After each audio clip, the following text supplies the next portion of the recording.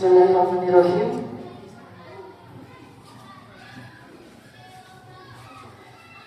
Ibu bapak, izinkan saya berpantun dulu, boleh? Boleh. Berlibur ke Tanjung Pinang naik kapal selam, nunggunya di pinggir dermaga. Ketika ada yang mengucapkan salam, harap dijawab dengan lantang dan bertenaga. Assalamualaikum warahmatullahi wabarakatuh.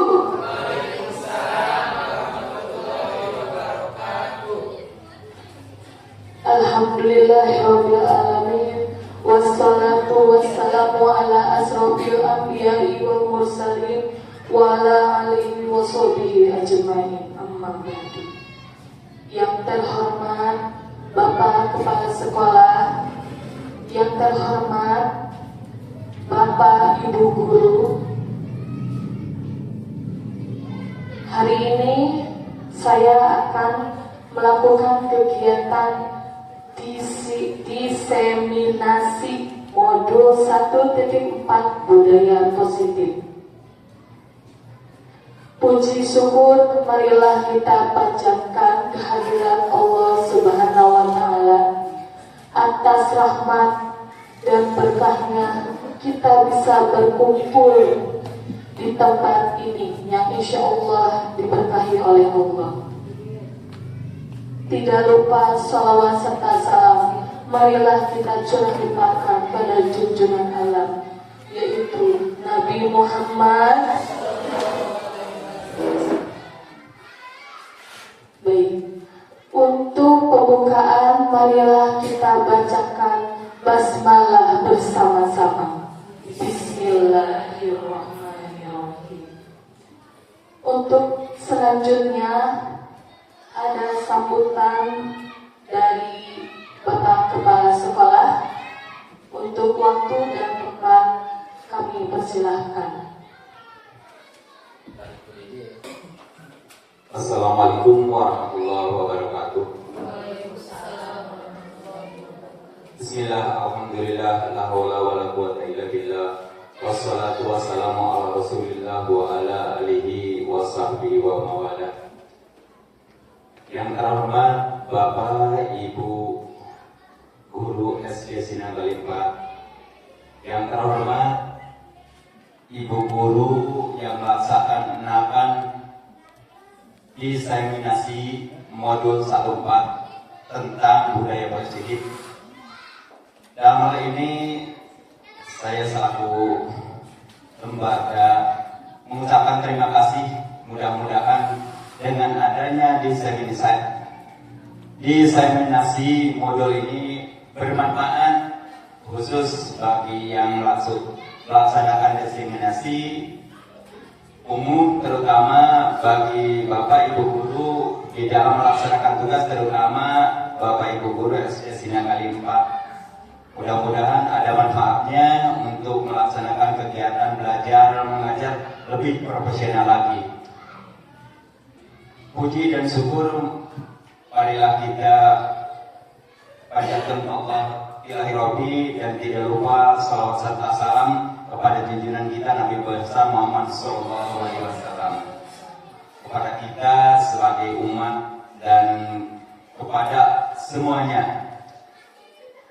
Dalam hal ini barangkali saya selaku lembaga di sini mengucapkan terima kasih, kemudian harapan dina dinten ieu panjenengan melaksanakan diseminasi panjenengan kitanya modul 3 panjenengan terutama mengembangkan budaya positif dalam kegiatan belajar mengajar bisa ditimba oleh Bapak Ibu Guru, kemudian bisa direalisasikan dalam aplikasi dalam kegiatan belajar mengajar. Mudah-mudahan meningkatkan profesionalisme di dalam kegiatan belajar mengajar, khususnya bagi yang praktek, umumnya bagi kita yang menimba atau memperhatikan pelayanan atau tayangan ini gitu. Mudah-mudahan bisa bermanfaat, menjadikan ilmu yang bermanfaat bisa direalisasikan dalam kehidupan sehari-hari.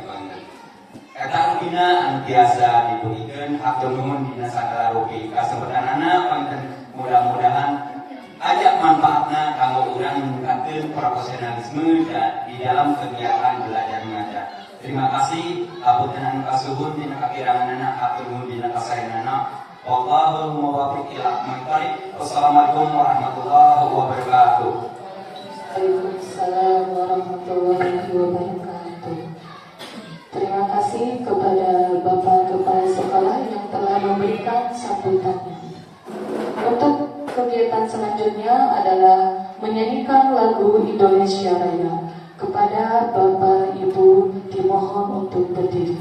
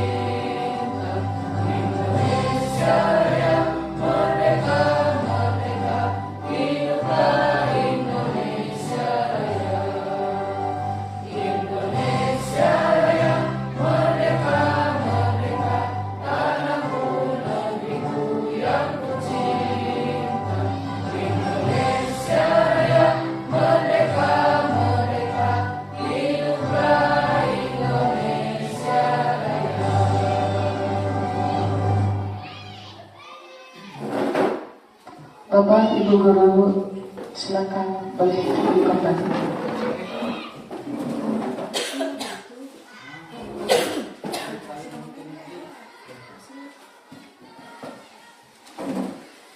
Baik, untuk selanjutnya saya akan memaparkan beberapa hal yang mungkin hari ini kita akan bahas bersama-sama ya, Bapak Ibu. Di sini saya bukan berarti menggurui Bapak Ibu ya, tapi kita di sini bersama-sama belajar, berdiskusi, berkolaborasi ya. Karena dengan saling berkolaborasi, mendukung itu bisa mewujudkan disiplin positif di sekolah kita tercinta. Baik, sebelumnya saya akan membuat kesepakatan kelas terlebih dahulu. Ini dia kesepakatan kelasnya. Yang pertama, datang tepat waktu. Ya, sepakat Bapak Ibu? Yang kedua, menghormati dan menghargai pendapat. Sepakat? Ketiga, fokus pada penyampaian materi. Keempat, tertib. Kelima, berpartisipasi aktif. Keenam, saling mengingatkan, mendukung, dan membantu. Mungkin ada tambahan lagi Bapak Ibu Guru untuk kesepakatan kelasnya atau sudah cukup? Oh ya, terima kasih. Baik. Sebelum kita ke materi, saya akan mengajak Bapak Ibu Guru untuk ice breaking dulu supaya kita lebih santai biar tidak tegang seperti ini ya. Oke. Baik. Yaitu ini dia ice breaking. Tebak gambar. Nah, mungkin tidak asing lagi ya bagi Bapak Ibu Guru untuk menebak gambar juga. Kira-kira ini gambar apa ya? Kupu-kupu. Ya? Sayap kupu-kupu. Baik. Kita akan lihat apakah betul sayap kupu-kupu? Oh, ternyata gajah. Ya Bapak Ibu Guru, Masya Allah ya. Selanjutnya Apa ini? Mereka ikan, non. Ya, Bapak? Ikan. Ikan, ada induk ikan. Itu komodo, ada lagi? Ayam, ada lagi? Kucing. Baik. Kita lihat bersama-sama apakah betul? Komodo, ternyata Ibu Siti betul sekali, Masya Allah ya. Bagus ya komodo zaman sekarang. Selanjutnya, yang berapa ini? Kucing. Mungkin ada lagi pendapat yang lain? Harimau, ada lagi? Domba. Baik, kita lihat apakah yang berapa ya? Jerapah ternyata ya, Masya Allah. Bapak lucu sekali Bapak Ibu. Karena ini untuk kita ya, hiburan ya sedikit. Terakhir, apa ini? Entok sapi. Entok sapi. Ada lagi Bapak Ibu guru? Entok kambing. Coba kita lihat apa ya? Betul. Ternyata jawaban terakhir sesuai ya dengan aslinya ya. Baik gitu ya. Nah, sudah habis. Baik. Sekarang kita langsung saja ke pembahasan topik yang pertama.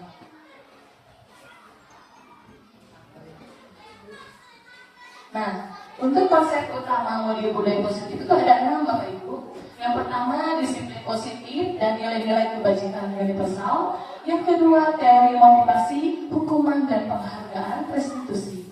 Ketiga keyakinan kelas. Keempat kebutuhan dasar manusia dan dunia berkualitas. Kelima 5 posisi kontrol dan keenam segitiga restitusi. Mari kita bersama-sama berkolaborasi ya Bapak Ibu guru. Nah sekarang ada pernyataan. Hukuman dapat mendisiplinkan anak. Bagaimana Bapak Ibu dengan pernyataan ini? Setuju tidak? Tidak. Yang kedua, pemberian hukuman dengan hal yang positif seperti membaca atau membersihkan halaman sekolah dapat meningkatkan disiplin anak. Setuju. Yang ketiga, memberikan penghargaan dapat meningkatkan motivasi belajar anak. Sangat setuju. Baik, kita akan bahas ya tentang hukuman, kemudian konsekuensi dan penghargaan.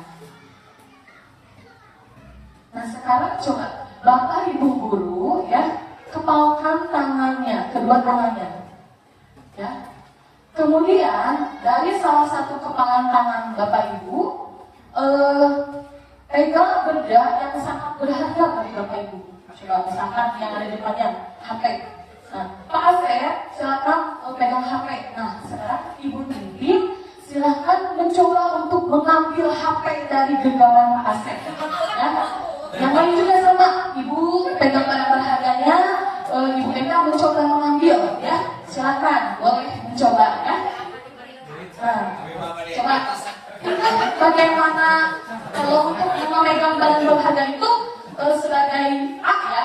Nah, untuk sebagai B mencoba sekuat tenaga, mau membujuk, mau merayu, mau menghardik atau mau marah misalnya supaya gimana caranya itu barang bisa diambil. Coba Bapak Ibu, siap. Nah, 1 menit saja, coba bisa tidak? Nah, ada yang memberikan, ada yang tidak. Baik. Nah, kita akan bahas lagi apa yang terjadi. Nah, apakah Anda atau B membuka kepalan tangan Anda? Ada yang membuka tidak? Tidak. Tadi Ibu emang memberikan ya kayak memberikannya. Kelihatannya karena Ibu Emma itu merayu, ayolah, bantu gitu kan. Akhirnya Ibu Emma memberikan barang berharganya. Kemudian untuk Ibu Siti tidak memberikan, itu barang saya, tidak boleh ya gitu. Nah, dari pernyataan ini ya, kalau untuk A dan B itu, yang pernyataan ini dan ini itu sesuai dengan diri kita sendiri. Ya, kita yang mengontrol diri kita sendiri. Kalau kita mau membuka, ya tinggal buka. Kalau kita mau menutup, gak mau, ya udah gak mau. Gitu. Nah, itu lihat orang. mungkin ya bisa. Nah itu gimana hati kita ya. Kemudian dalam kegiatan ini sesungguhnya siapa yang memegang kendali atau kontrol untuk membuka atau menutup kepala ya diri kita sendiri ya tuh. Nah selanjutnya ada psikiater dan pendidik Dr. William Glasser dalam kontrol teori yang meluruskan beberapa miskonsepsi tentang kontrol. Yang pertama adalah ilusi guru mengontrol murid. Pada dasarnya kita tidak dapat memaksa murid untuk berbuat sesuatu jikalau murid tersebut memilih untuk tidak melakukannya. Ya, gitu. Kadang-kala ya kita mungkin saya sendiri yang mengalami ya. Ketika kita ingin mengontrol anak dengan cara memaksa, memang kamu harus mau kayak gini, gitu kan.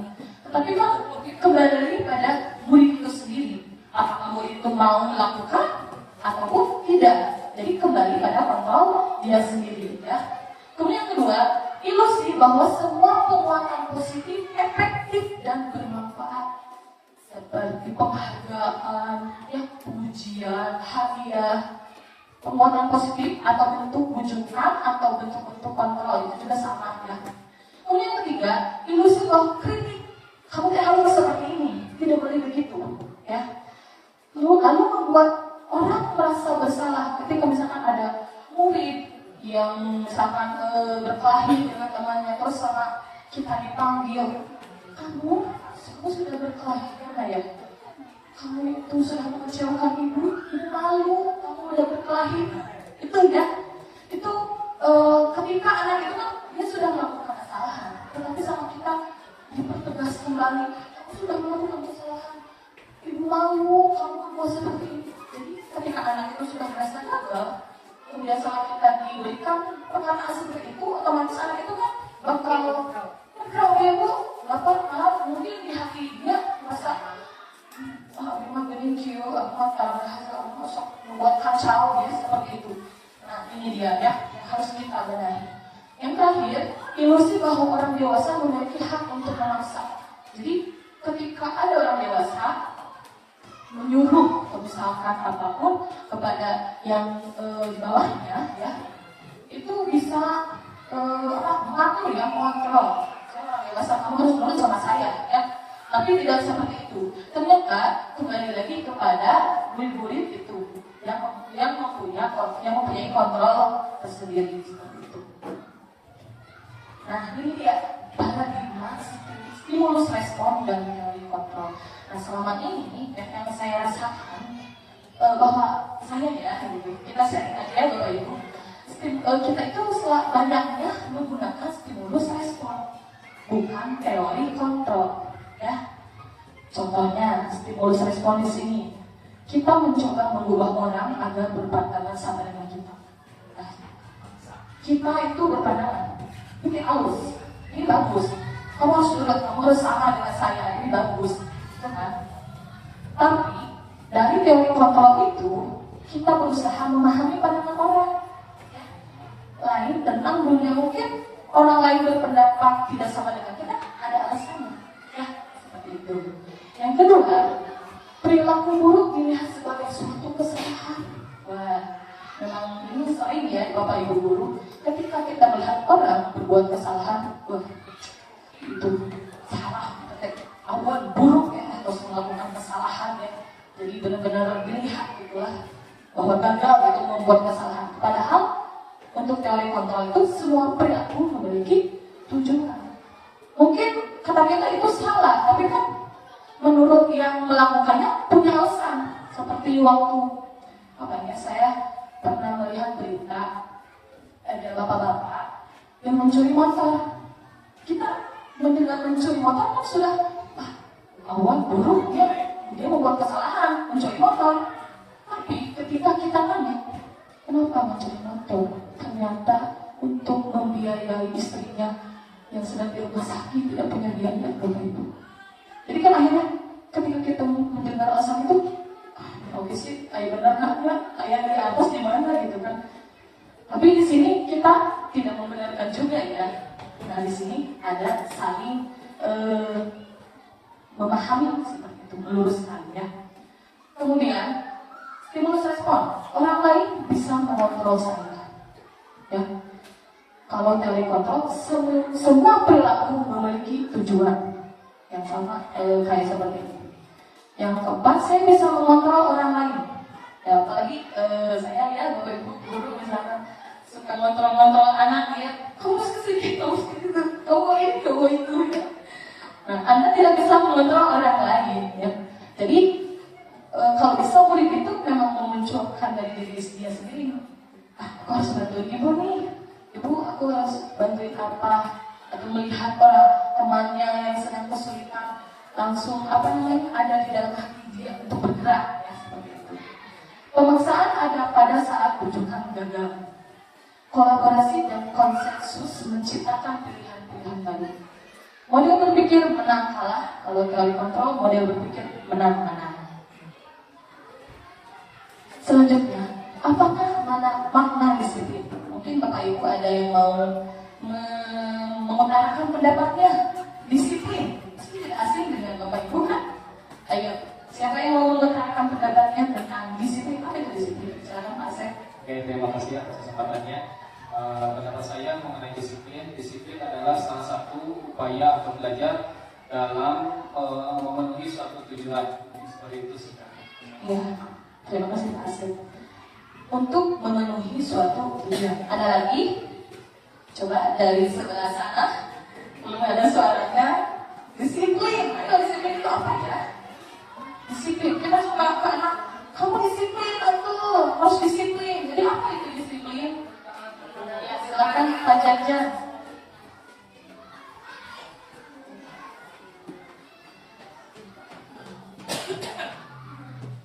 Terima kasih atas waktunya. Menurut saya disiplin itu perubahan perilaku yang mengarah kepada yang lebih baik gitu.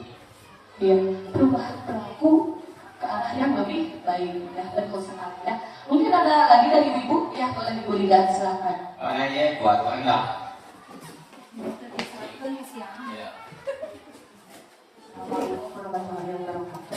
Disiplin adalah Terima kasih atas kesempatannya. Membahas disiplin, kalian itu disiplin Jadi apa itu disiplin Ibu? Kalau menurut saya disiplin itu sebuah sikap atau sikap dan perasaan kita khususnya yang mau taat dan patuh terhadap sesuatu yang kita anggap itu merupakan tanggung jawab kita. Tanggung jawab kita. Iya, karena kalau sudah merasa itu tanggung jawab, insya Allah akan lebih lagi, akan lebih sedikit lagi. Tapi kalau banyak, aku gak tanggung jawab, aku banyak ya. Biasanya hari-hari gitu. Ya. Terima kasih. Oke, terima kasih Bu Lida atas pendapatnya. Kata Bu Lida, disiplin itu adalah tanggung jawab. Dan ketika kita tanggung jawab, tidak melaksanakannya berarti tidak disiplin. Ya, tuh. Baik. Ketika mendengar kata disiplin, ya, kita membayangkan tata tertib, betul ya Bapak Ibu ya? Disiplin ada tata tertib, teratur, bahkan ada hukuman di baliknya ya. Ketika tidak disiplin dikasih hukuman ya, seperti itu. Justru makna disiplin ini adalah belajar, Bapak Ibu. Ya, kita belajar. Jadi dalam budaya kita, makna disiplin dimaknai menjadi sesuatu yang dilakukan seseorang pada orang lain untuk mendapatkan kepatuhan. Jadi kudu nurut, harus nurut. Kita cenderung menghubungkan kata disiplin dengan ketidaknyamanan. Dari mana ini ketidaknyamanan? Yaitu ketika tidak disiplin mendapat hukuman. Disiplin positif yang dikemukakan oleh Ki Hajar Dewantara, ya, di mana kedua pakar pendidikan mengartikan disiplin sebagai bentuk kontrol diri, yaitu belajar untuk kontrol diri agar dapat mencapai suatu tujuan yang mulia. Selanjutnya, ada nilai-nilai kebajikan universal. Nah, siapa di sini yang sudah tahu namanya belajar Pancasila? Siapa yang sudah tahu lagunya belajar Pancasila atau apa saja sikap-sikap belajar Pancasila itu? Yuk, ya Polina silakan. Apa saja? Yang pertama, atau mau nyanyi boleh? Oh, boleh. Siap. Sikap pelajaran Pancasila itu yang pertama beriman dan bertakwa. Betul. Yang Esa. Ya. Lanjut. 2. Dua, bergotong. Ya, bisa. Lanjut. Tiga, mandiri. Ya. Kreatif. Ya. Berpemikiran global. Ya. Satu lagi. Iya, benar kritis. Bapak-bapak, ibu-ibu di sini sudah bisa belum menyanyikan lagu itu belajar Pancasila? Coba berdiri semuanya yuk, kita nyanyikan bersama-sama. Gerakannya Bu. Hah? Gerakannya. Iya, boleh. Siap. Boleh Bulina, di depan. Ayo.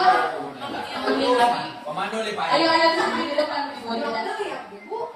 Mari kita panggil aja. Ya. Aktivis kabupaten. Ya.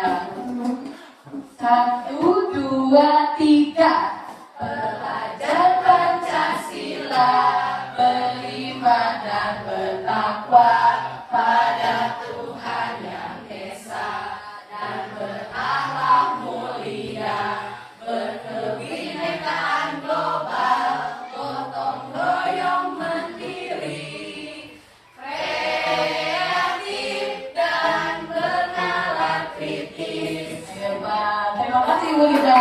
Tepuk tangan bagi kita semua. Masya Allah. Ternyata Bapak Ibu guru semua sudah tahu ya. Nah itu dia. Itu secara tidak langsung Ibu Bapak sudah tahu nilai-nilai kebajikan ya. Jadi nilai-nilai kebajikan itu yang ingin dicapai yaitu dari program belajar Pancasila. Ada beriman, mandiri, bernalar kritis, berkebinekaan global, bergotong royong dan kreatif ya. Saya yakin pasti di sini Bapak Ibu guru sudah melakukan hal-hal yang positif seperti itu pada peserta didiknya ya. Alhamdulillah. Baik, sekarang kita lanjut ke budaya positif di sekolah. Nah, nilai-nilai dan kebiasaan-kebiasaan di sekolah yang berpihak pada murid agar mereka dapat berkembang menjadi pribadi yang kritis dan bertanggung jawab, serta menjadikan siswa yang merdeka. Nah, hari ini kurikulum kita sudah menunjukkan atau mengarahkan pada merdeka belajar ya Bapak Ibu. Jadi kita sebagai guru harus memenuhi kebutuhan anaknya. Kan ada beberapa macam gaya belajar ya Bapak Ibu. Ada yang audio, ada apa lagi Bapak Ibu? Visual, satu lagi kinestetik. Dulu ya waktu saya awal-awal mengajar, ketika anak tidak diam itu apa ya? Duduk, kamu harus duduk, pokoknya yang baik itu yang duduk, nulis, dengerin Ibu, ya betul Bapak Ibu.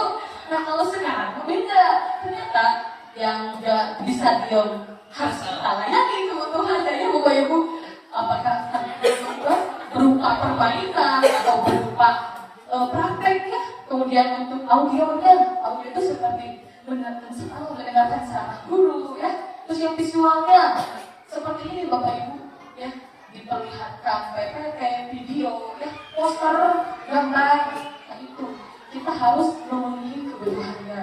Kemudian tujuan kita adalah menciptakan anak-anak yang memiliki disiplin diri sehingga mereka bisa berperilaku dengan mengacu pada nilai-nilai kebajikan universal dan memiliki motivasi intrinsik, bukan ekstrinsik. Nah, jadi motivasi itu ada yang intrinsik, ada yang ekstrinsik. Kalau ekstrinsik itu dari luar, dari guru, misalnya dari guru, dari orang tua, ya. Kalau intrinsik itu dari dalam diri sendiri, ya.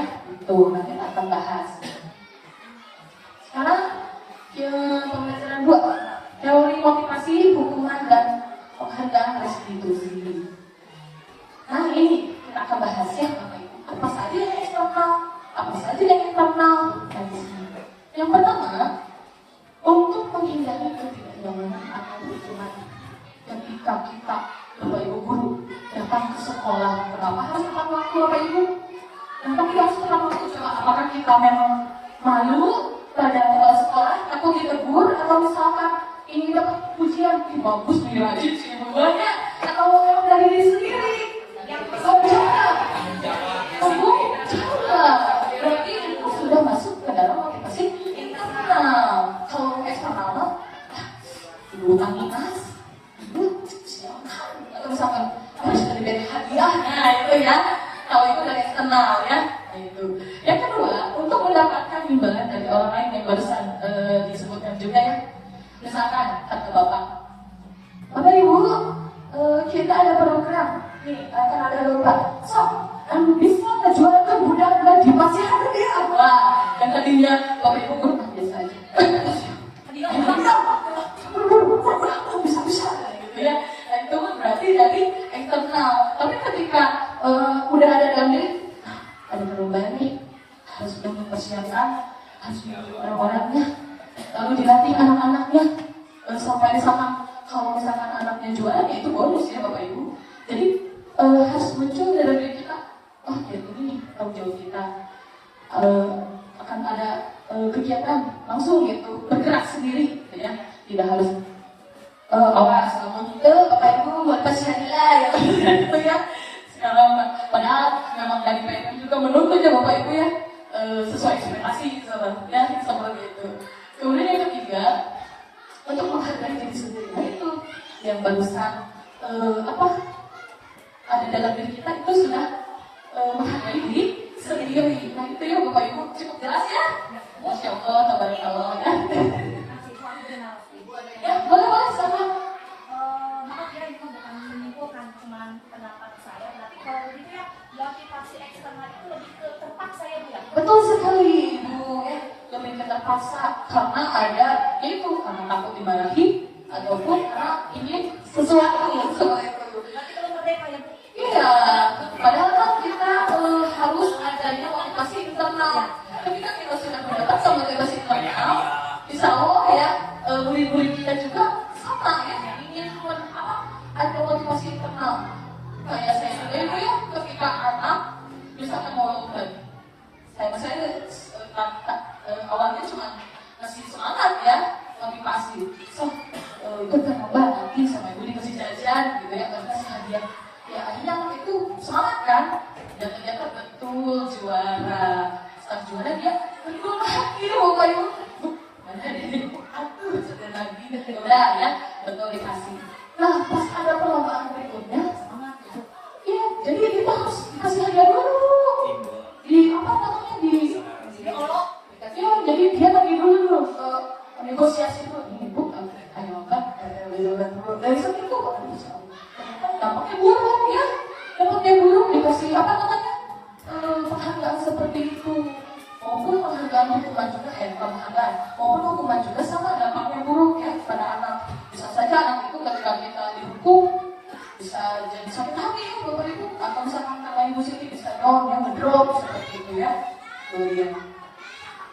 Nah di sini ada hukuman, konsekuensi dan restitusi. Apa bedanya? Yang pertama hukuman. Hukuman adalah sesuatu yang menyakitkan.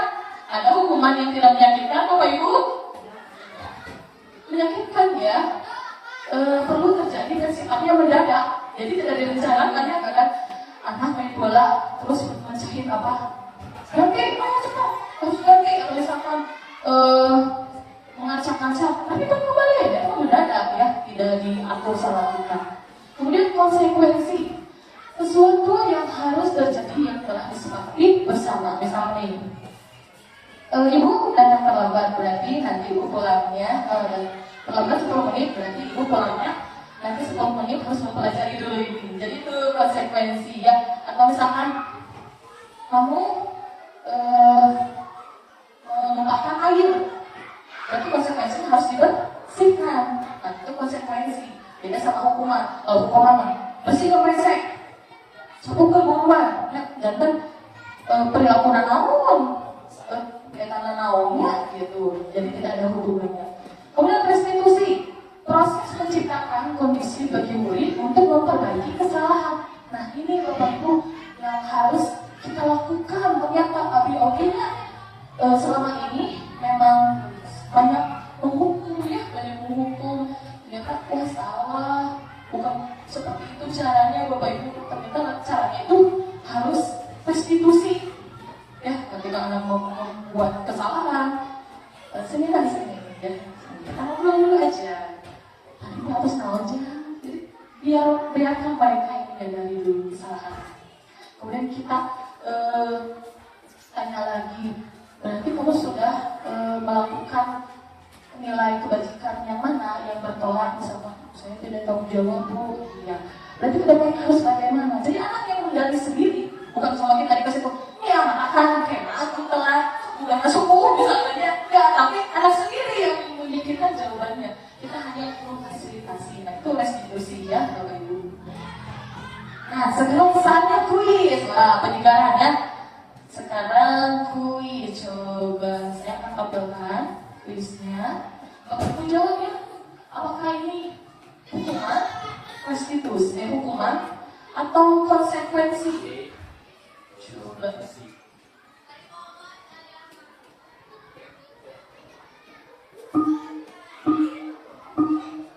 Ini lapangan basket 2 kali karena terlambat hari di sekolah. Hukuman. Hukuman? Baik, kita pilih apa betul? Betul, ternyata hukuman ya. Selanjutnya, membersihkan coretan yang dibuat di meja tulis. Konsekuensi? Hukuman? Konsekuensi. Betul. Selanjutnya, murid diminta push up 15 kali kalau tidak menggunakan masker. Hukuman? Betul sekali. Lanjut.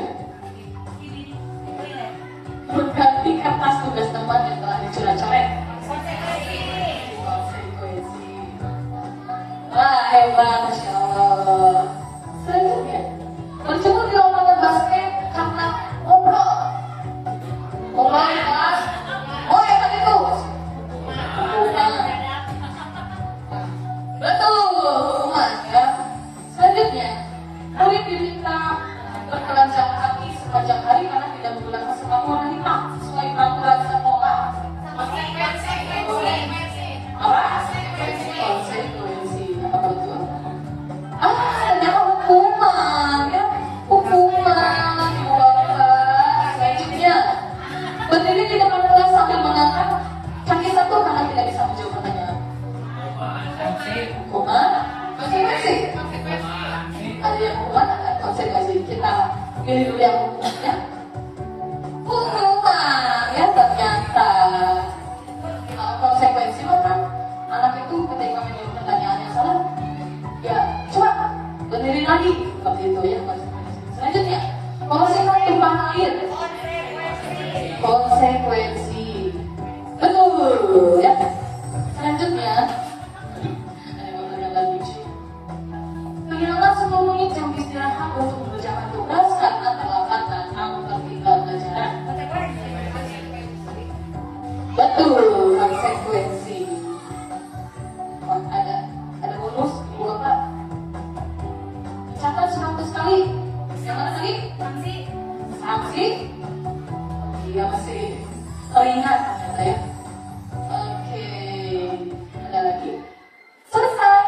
Beri tepuk tangan dulu buat semuanya. Nah, itu ya antara hukuman dan konsekuensi. Sudah ada gambaran Bapak Ibu? Ada ya perbedaannya. Lanjut. Mari kita berdiskusi. Baca kasus Ibu Anas. IPA kurang menguasai pelajaran matematika, sehingga pada saat pelajaran tersebut berlangsung, dia lebih banyak berdiam diri dan tulisan Bapak Ibu jadi coy, udah pengen yang senang menggambar pada saat guru matematikanya menanyakan pertanyaan, IPA langsung dia gugup ya dan tersengaja menjatuhkan tasnya dari kursi serta tiba-tiba menjadi gagap pada saat bermain menjawab. Seluruh kelas pun menertawakan IPA ya karena tergagap dan malu luar biasa, dan malahan meminta IPA untuk maju ke depan dan berdiri di depan kelas sambil menunjuk hidungnya. Bapak Ibu ya, IPA ke depan, ditunjuk-tunjuk sama guru itu. Karena tidak bisa menjawab pertanyaan pasangan, kelas makin gaduh dan anak-anak pun tertawa melihat IPA di depan kelas memegang ujung hidungnya. Berarti gini ya Bu. Nah pertanyaannya, apakah Bapak Ibu guru hebat setuju dengan tindakan Pak Seno? Setuju tidak? Tidak. Coba ada yang satu orang untuk berbagi pengalaman atau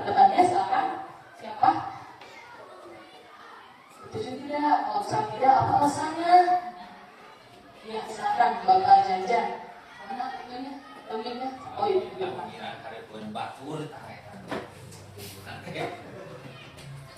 Ngera-ngera gitu tempatnya.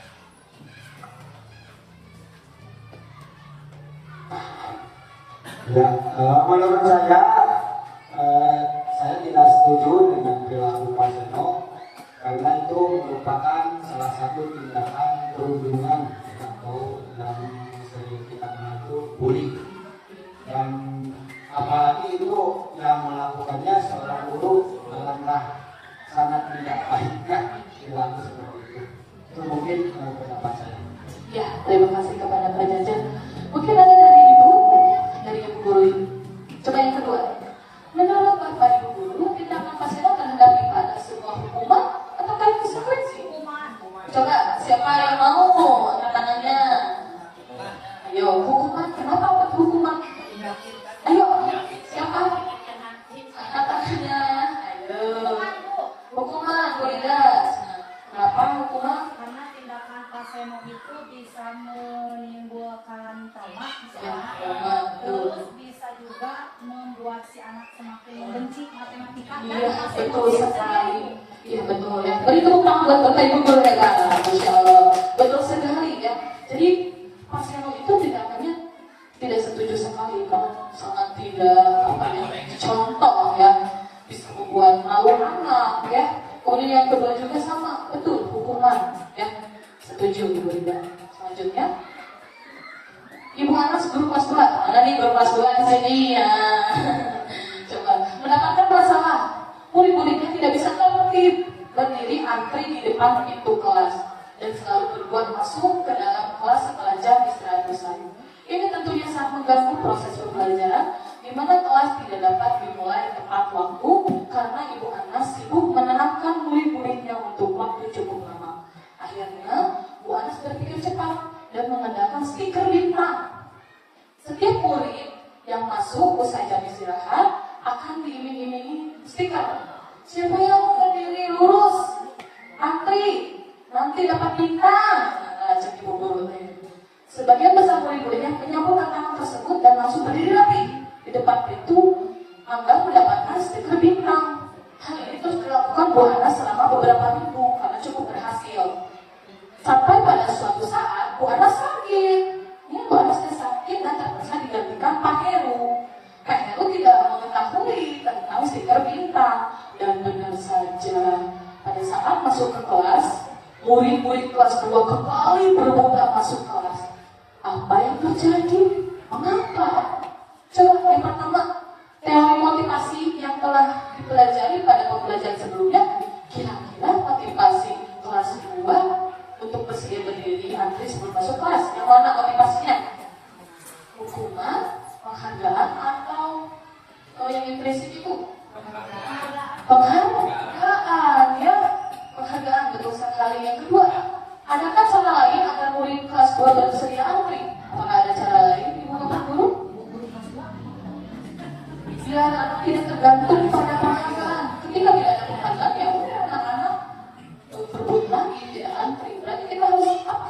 Apakah ada cara lain? Maka Ibu Guru, yang lain boleh. Ibu Siti, Asep, Menanamkan disiplin agar nah gitu, betul sekali. Mau Ibu Siti? Oh, udah keras ya, udah tuh ya. Ada cara lain yaitu dengan menanamkan sikap disiplin pada diri anak, itu bisa berupa dengan membuat yang pertama barusan saya lakukan itu membuat betul sekali kesepakatan kelas. Di sini Bapak Ibu sudah membuat kesepakatan kelas? Ada yang sudah? Ada yang? Ada yang belum? Harisnya kelas 1 mah. Baik, oke. Nah itu ya, ada cara lain yaitu dengan membuat kesepakatan. Selanjutnya, nah ternyata yang stiker bintang itu dihukum oleh penghargaan, ya. Jadi pengaruhnya itu bisa jangka pendek, bisa jangka panjang. Ketika ibu gurunya tidak ada, ya udah bubar kembali seperti awal, ya. Kemudian kedua, penghargaan tidak efektif, ya. Tidak selamanya efektif, memang tidak efektif, ya. Ternyata Bapak Ibu. Ketiga, penghargaan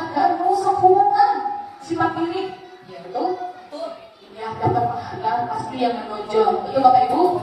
Kan kita yang tidak dapat, gimana perasaannya? Iri kan? Menang wae, gitu kan? Akhirnya dia sakit hati, ternyata efeknya ke orang lain. Kemudian penghargaan mengurangi ketepatan. Kelima, penghargaan menurunkan kualitas.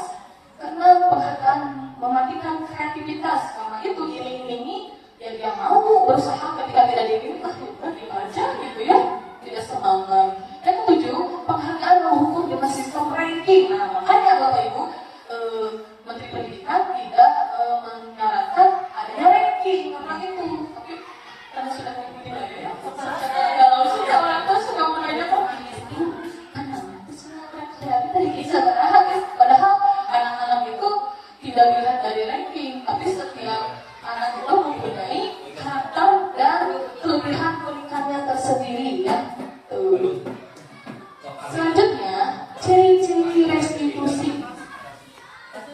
Bukan untuk menerus kesalahan, namun untuk belajar dari kesalahan. Nah, itu kan kalau menerus kesalahan, ya saya harus melakukan apa dulu gitu ya.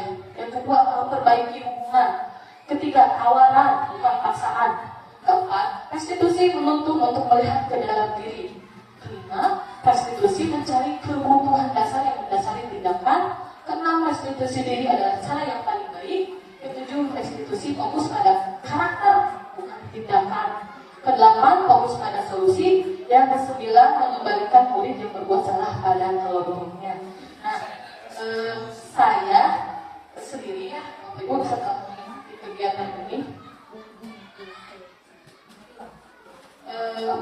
melakukan praktek segitiga restitusi ya seperti itu.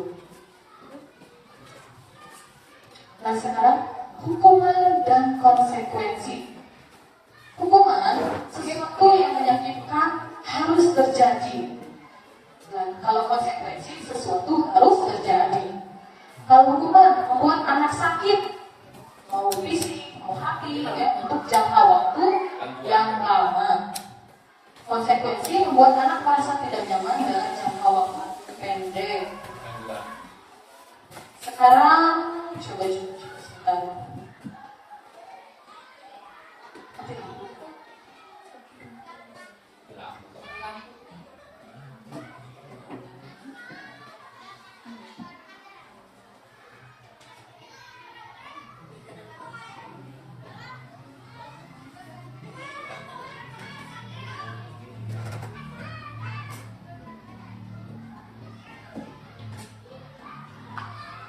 Baik, sambil menunggu saja. Nah, untuk hukuman itu termasuk kepada identitas gagal ya, Bapak Ibu. Jadi ketika anak diberikan hukuman, mereka merasa bahwa dirinya sudah gagal, sudah mengecewakan, tidak bisa berperilaku baik ya. Kalau identitas sukses itu ya disiplin, ada konsekuensi, ada restitusi. Nah, hal yang paling baik itu yaitu restitusi.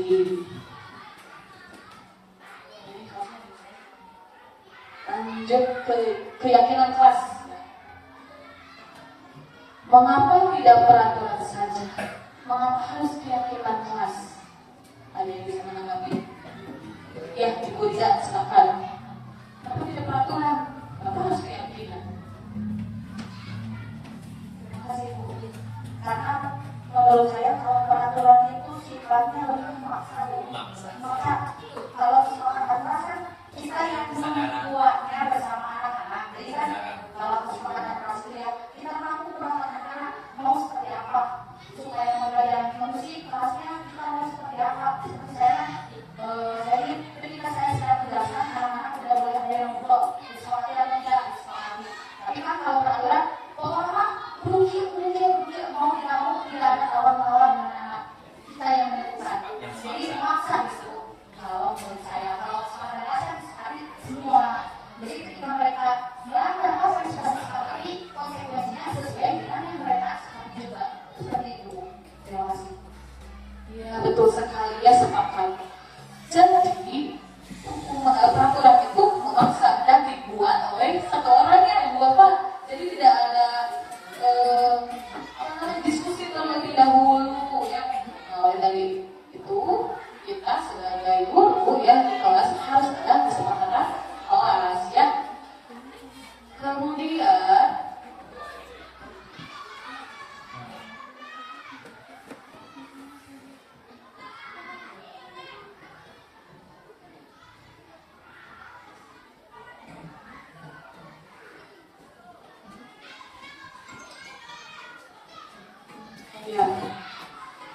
jadi keyakinan kelas yang kita buat itu harus mengacu pada nilai-nilai kebajikan bangsa ya. Ada disiplin, ada kerjasama, ada kreatif, saling menghormati dan gotong royong. Nah, kemudian dalam membuat kesepakatan kelas itu, ibu bapak diusahakan jangan ada kata tidak boleh, jangan, itu harus dihindari ya. Jadi bisa diperhalus seperti dan tidak boleh terlambat, bisa diubah menjadi datang tepat waktu. Kemudian tidak boleh mengobrol di kelas, bisa diubah menjadi hormati guru dan teman ya. Kemudian gunakan kata-kata yang baik, kan tidak boleh berbicara kasar misalnya. Bisa diubah menjadi gunakan kata-kata yang baik. Atau misalkan ada lagi yang sering kita ketahui, dilarang membuang sampah sembarangan. Nah, kita bisa ubah kembali kata-katanya menjadi menjaga kebersihan kelas ya. Itu dia Bapak Ibu. Jadi kata jangan dilarang itu harus dihindari ya. Nah, selanjutnya kegiatan pembuatan keyakinan kelas. Nah, ini langkah-langkahnya. Yang pertama, berdiskusi tentang peraturan kelas. Nah, misalkan ibu mau gimana ya caranya supaya kita bisa belajar tidak ada yang terlambat, datang tepat waktu bu, ya bisa. Kemudian gimana ya caranya supaya kelas bersih, tidak boleh membuang sampah, tidak boleh ini, tidak boleh. Nah, anak-anak kan mengaspirasikan pendapatnya. Nah, salah kita ditampung, kemudian diubah kalimatnya menjadi yang itu menjaga kebersihan. Kemudian setelah dibuat, jangan lupa Bapak Ibu harus ditempel ya, biar anak-anak ingat, wah ini kesepakatan kelas sudah kita buat nih, itu yang mudah dilihat kayak disebut ya, anak tinggal. Nah, ini contohnya. Ini tema kesepakatan datang tepat waktu, mengucapkan salam dengan keputusan sekolah pada masa kegiatan aktif dalam pembelajaran berarti itu. Bagaimana cara pembentukan keyakinan kelas? Nah, caranya lebih abstrak dari peraturan. Yang kedua, berupa pernyataan universal. Tiga, dibuat dalam bentuk positif, bukan negatif. Kalau negatif kan jangan, tidak boleh. Itu. Keempat, sedikit agar mudah diingat. Dilarang buang sampah sembarangan, panjang ya, diubah jadi menjaga kebersihan. Kemudian sedikit agar mudah diingat, sesuai dengan kondisi kelas agar mudah diterapkan.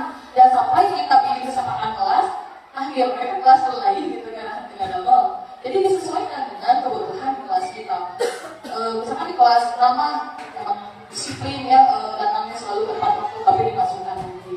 Sesuai dengan pula semuanya kelas dilibatkan ya, jadi bukan hanya Bapak Ibu guru saja, tetapi anak-anak semua ikut terlibat dalam membuat kesepakatan kelas. Nah, ini peraturan, selalu kembalikan buku ke tempatnya. Nah, keyakinan kelasnya tanggung jawab. Dilarang mengganggu orang lain, maksudnya menghormati orang lain. Hadir di sekolah 15 menit sebelum pembelajaran dimulai. Menghormati orang lain, berkomitmen. Dilarang melakukan kekerasan. Keyakinan kelasnya keselamatan, menghormati orang lain. Bergantian atau menunggu giliran, menghormati orang lain, bersahabat. Jangan berlari di kelas atau koridor. Keselamatan, keamanan. Nah, itu dia Bapak ya. Ini baru setengah ternyata ya. Baik, sebelumnya saya akan mengajak dulu SPG Bapak Ibu guru ya. Coba biar semuanya refresh kembali ya. Masih tetap gambar.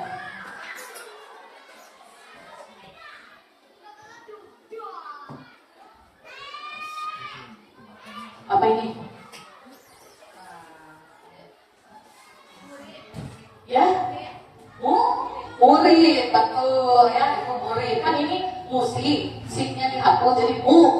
Itu mari, ri, murid. Apa de? Murid, murid. Tuh, Bu Hana. Selanjutnya.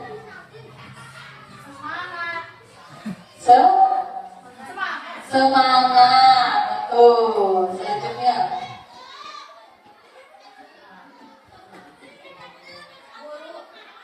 Iya,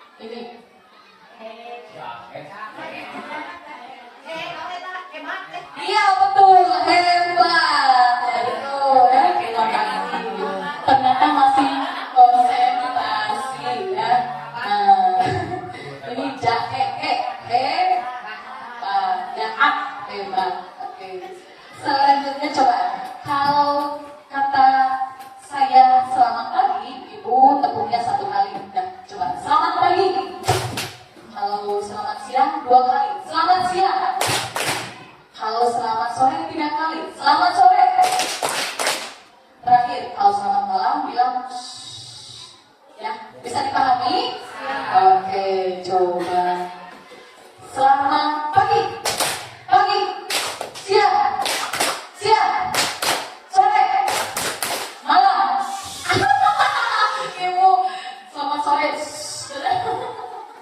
Ibu kita belum waktu, coba. Selamat pagi, malam. Aduh, masih ada yang fokus ya. Insya Allah kita udah lumayan ya waktunya. Iya, setengah kita lanjut. Kebutuhan dasar manusia ya, kebutuhan dasar manusia. Apa saja kebutuhan dasar manusia? Ini dia. Kasih sayang, bertahan hidup, kesenangan, kebebasan, penguasaan ya. Jadi saya ada video tentang 5 kebutuhan dasar manusia. Manusia ya Bapak Ibu.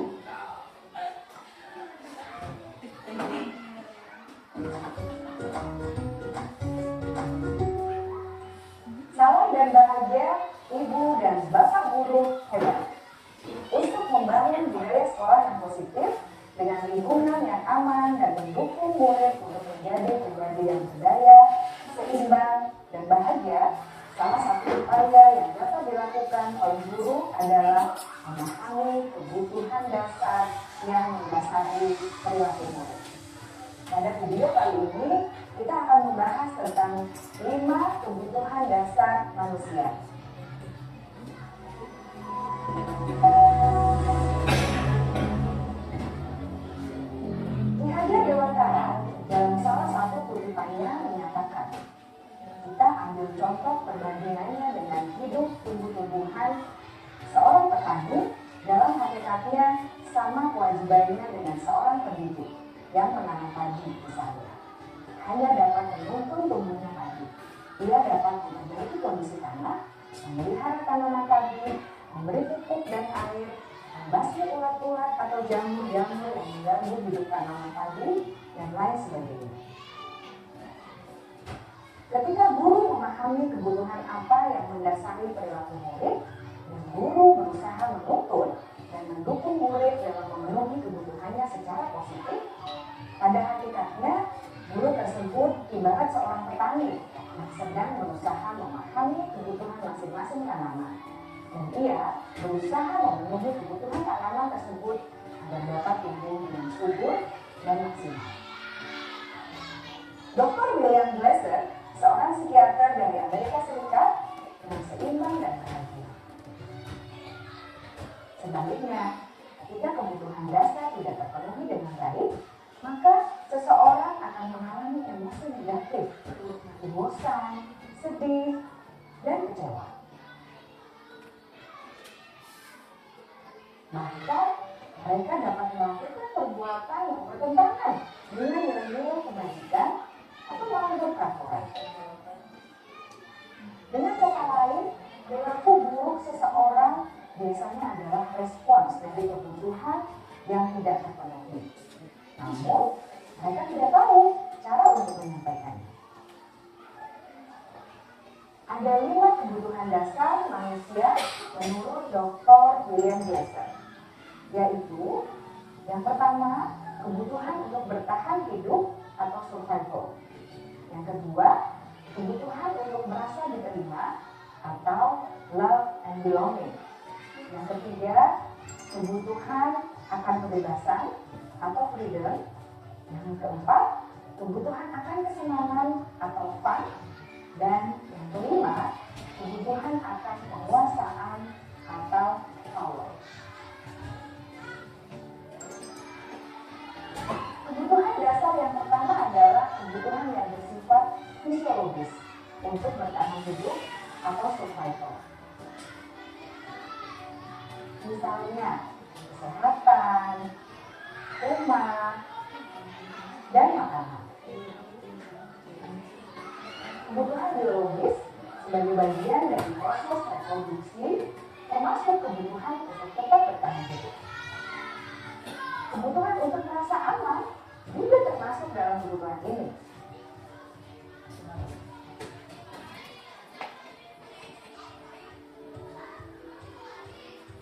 Agar murid dapat belajar dengan baik, kebutuhan mereka akan merasa aman, pangan, sandang, dan papan harus terpenuhi.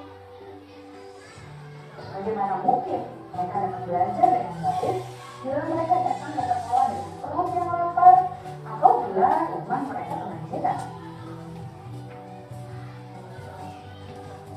Kita berhubungan dengan psikologis.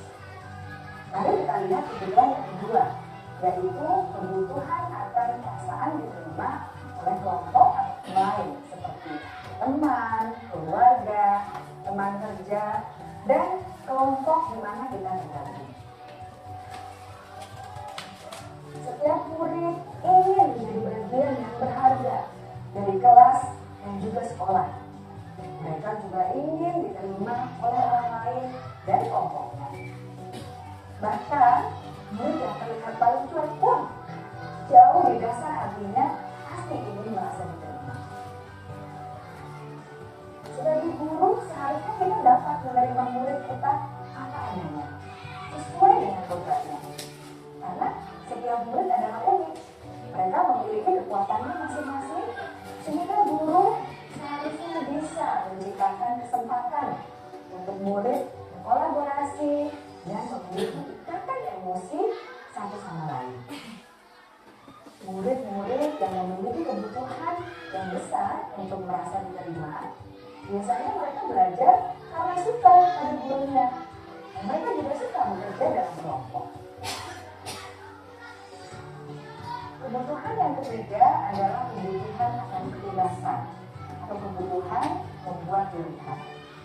Murid harus diberi kesempatan untuk membuat pilihan dan bertanggung jawab atas pilihan yang mereka telah ambil. Memberi mereka kebebasan bukan berarti membiarkan mereka melakukan apa saja yang mereka mau, melainkan lebih memberi mereka kesempatan untuk membuat pilihan, menyuarakan pendapat mereka dengan percaya diri, dan memberi mereka kesempatan untuk mencoba hal-hal yang baru.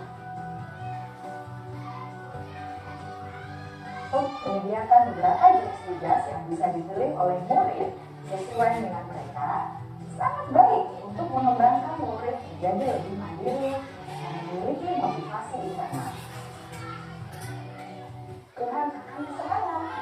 Bayangkan Bapak Ibu hidup tanpa rasa senang, betapa menyedihkannya. Glasser menghubungkan kebutuhan akan kesenangan dengan belajar. Murid-murid dengan kebutuhan dasar kesenangan yang tinggi ingin menikmati apa yang mereka lakukan.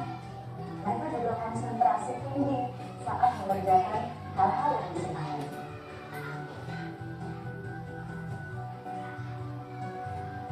Untuk merasa kompeten, mereka sebaiknya diberi kesempatan untuk membuat keputusan tentang hal-hal yang penting dalam hidupnya dan tidak merasa dikontrol oleh sistem sekolah. Pada murid yang telah menginjak usia remaja, Nah, baik Bapak Ibu, itulah gambaran tentang 5 kebutuhan dasar manusia ya. Sudah dijelaskan bahwa kita butuh bertahan hidup, penguasaan, kebebasan, kasih sayang, dan kesenangan. Ini sudah ya.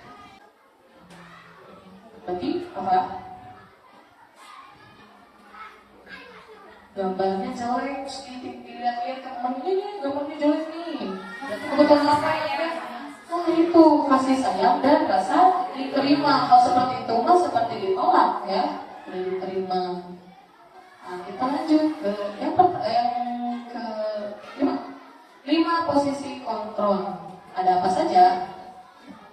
Nah ada penghukum, pembuat orang merasa bersalah, teman, pemantau, manajer. Nah sekarang Ibu, Bapak, saya akan membagikan sticky note. Silakan Ibu Bapak tulis. Ibu Bapak selama ini ada di mana? Apakah sebagai penghukum, pembuat orang merasa bersalah, atau teman, pemantau, manajer?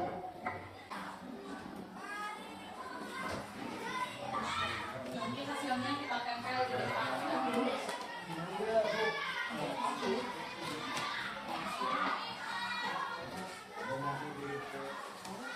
Ada contohnya ya, penghukum menunjuk-nunjuk, nyakitin, menyindir. Terus gurunya berkata, kalau kamu tidak melakukan, awas ya, masaker. Ada penghukum, kita penghukum ya Bapak Ibu. Terus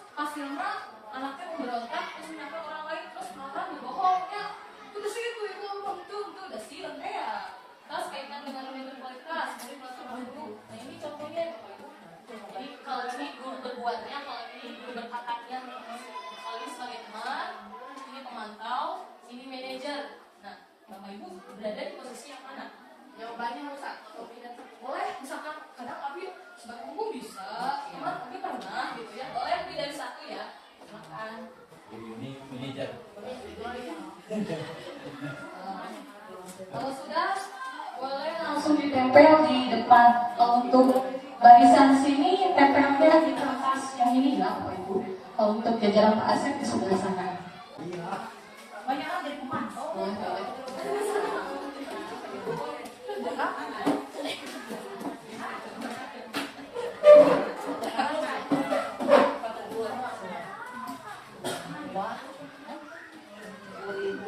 Menilai diri sendiri.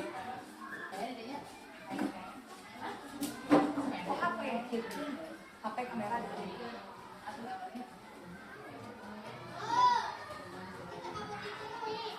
kamu tidak punya sukses saja.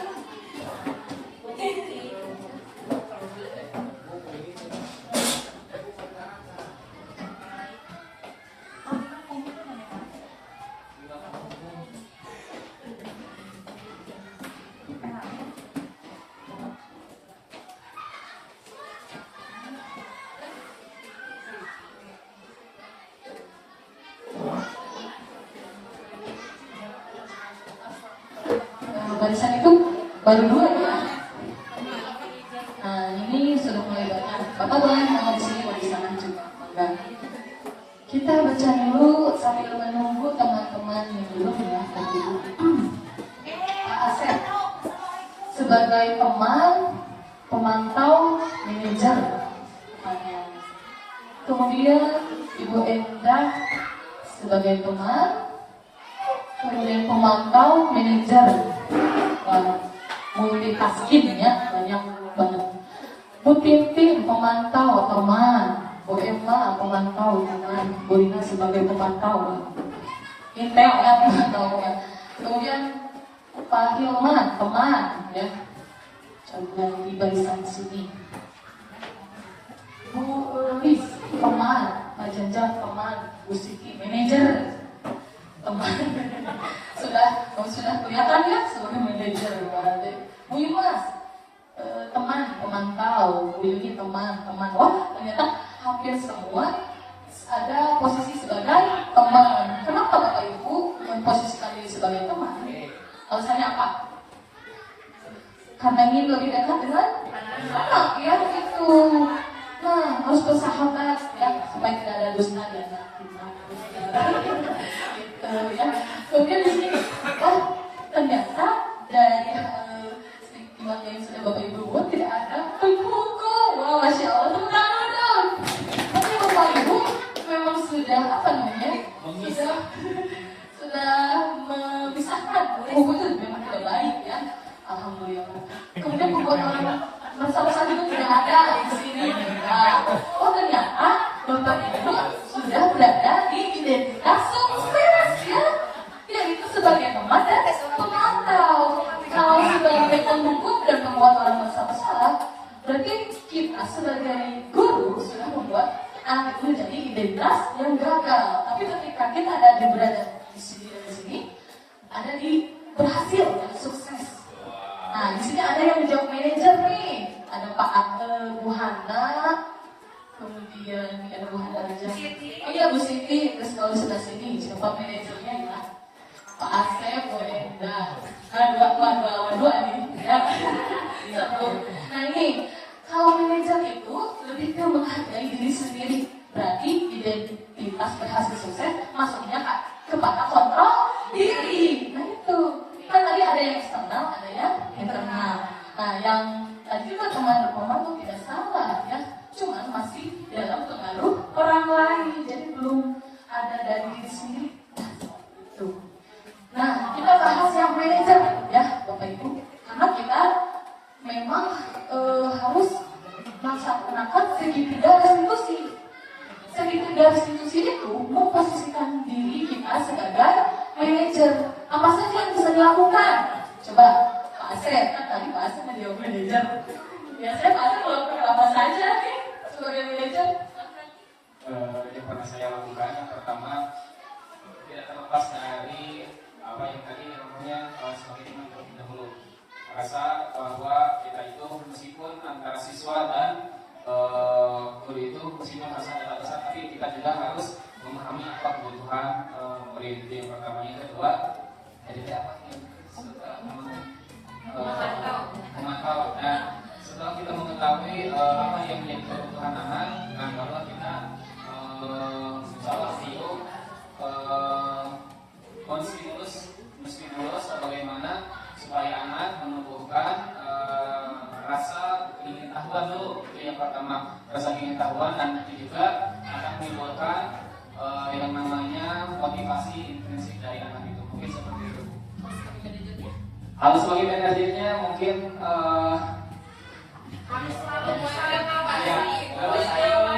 pengawasan, lebih ke pengawasan dan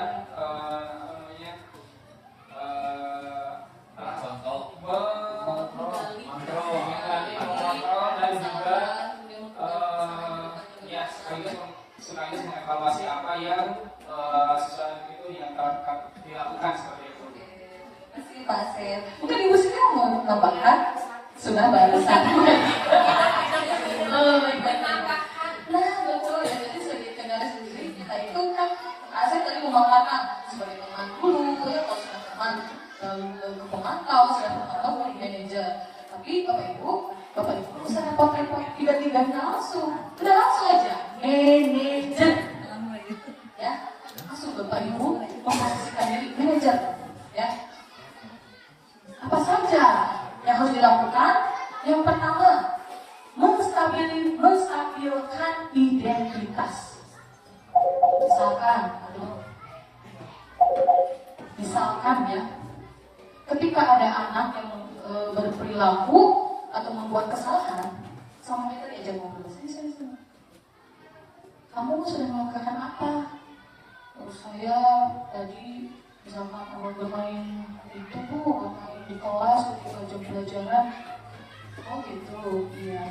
Memang setiap orang pernah salah, itu juga pernah seperti itu. Jadi menyamakan dulu nih identitasnya. Jadi tidak membuat anak itu langsung salah, ya. Itu menstabilkan identitas. Setiap orang pasti melakukan kesalahan. Atau kamu bukan satu-satunya yang pernah melakukan ini. Ada teman lain kok yang pernah. Jadi, ternyata kamu juga salah ini gitu kan. Kemudian validasi kebutuhan. Lalu ada cara yang lebih efektif untuk mendapatkan apa yang kamu butuhkan? Atau bagaimana caranya supaya kamu tidak ngobrol kembali? Jadi anak hindari ya pemikirannya. Kamu tentu punya alasan.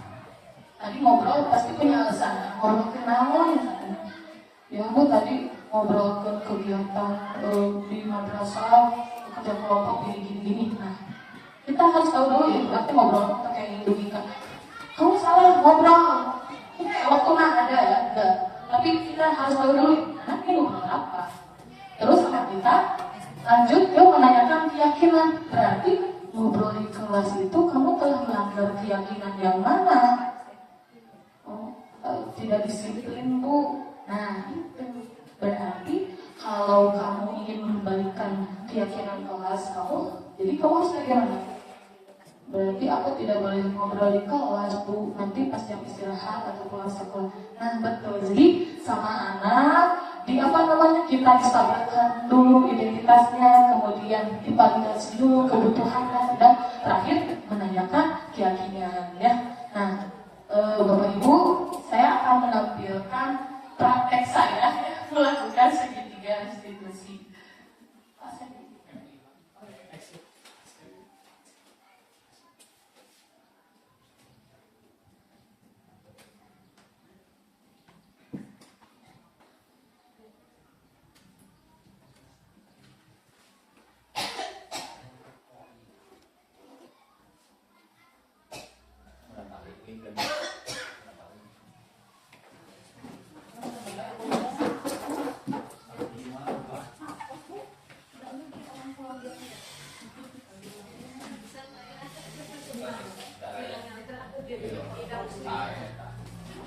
Intrinsik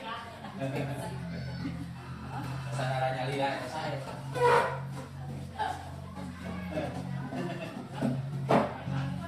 Oke, ini dia praktek segitiga restitusi yang saya lakukan.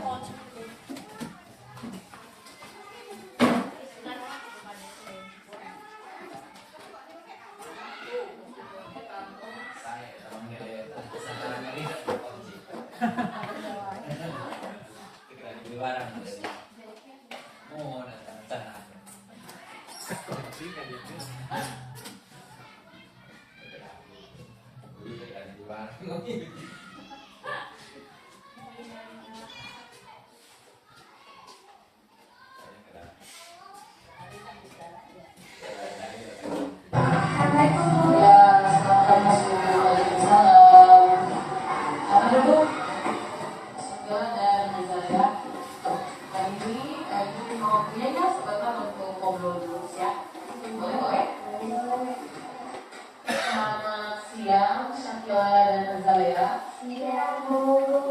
Kalian tahu tidak kenapa kalian panggil ke sini?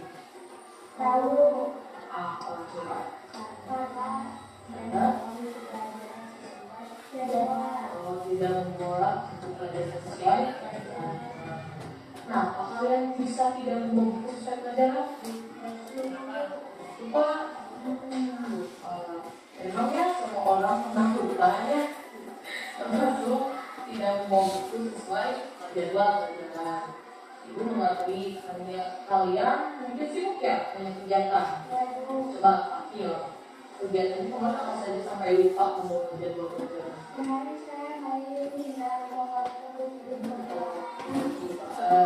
Kalau Azalea kalian apa? Dari pagi? Dari sekolah. Sampai dapat ya? Ya, memang sih ibu ngerti kalian pasti capek ya, banyak aktivitas. Kemudian ibu mengerti tentang kalian sibuk dengan kegiatan sehingga kalian lupa dan jadwal pelajarannya ya apa. Namun ini menjadi pelajarannya agar tidak diulangi. Tidak apa-apa. Kalian melakukan kesalahan ini. Mungkin saja kalian bisa melakukan kesalahan yang lebih baik. Ibu hargai kalian sudah mengakui kesalahan karena tidak membawa buku sesuai jadwal.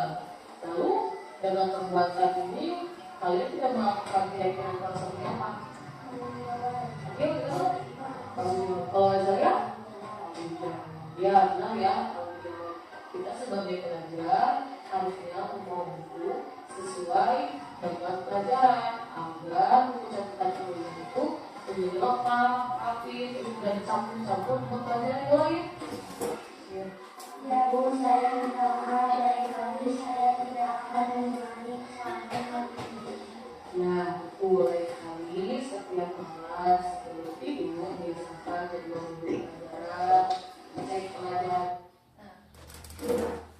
Itu gambaran sedikit ya tentang segitiga diskusi. Apakah guru tersebut ekspresinya marah? Tidak. Atau nadanya tinggi? Tidak ya.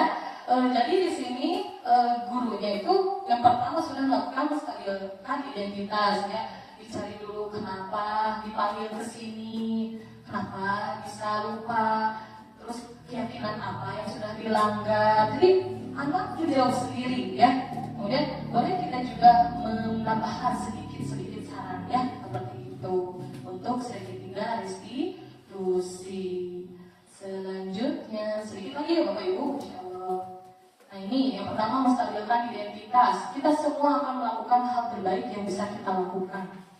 Semua orang pernah salah, bukan kamu aja yang salah. Ya seperti itu. Atau ibu pernah juga seperti itu. Terus validasi tindakan yang salah.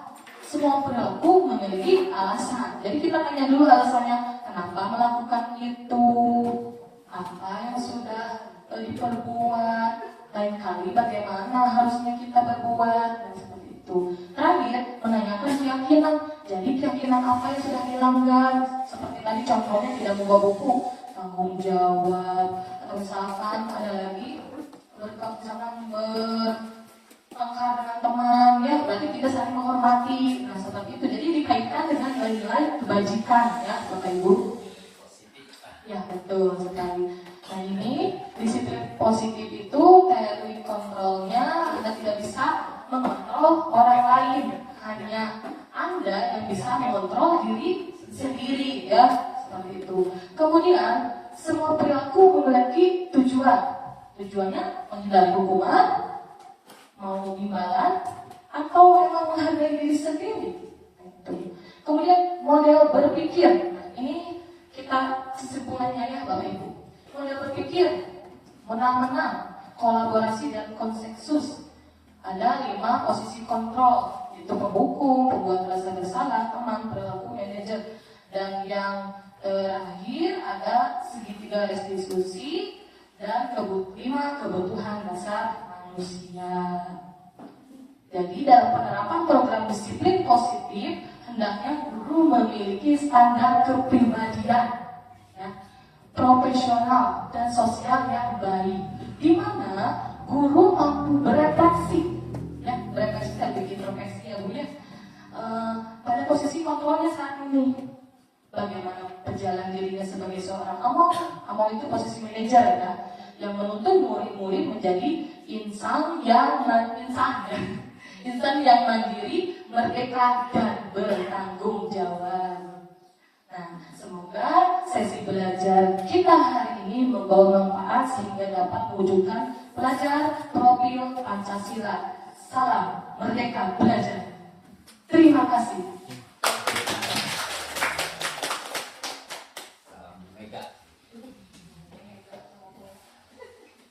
Nah, untuk penutup, demikianlah penjelasan mengenai restitusi. Nah, sekarang kan tadi awal ada pantun, terakhir juga saya ada pantun, boleh Bapak Ibu? Mentari senja telah tenggelam, hujan turun mulai terjatuh. Ku tutup presentasi dengan salam. Wassalamualaikum warahmatullahi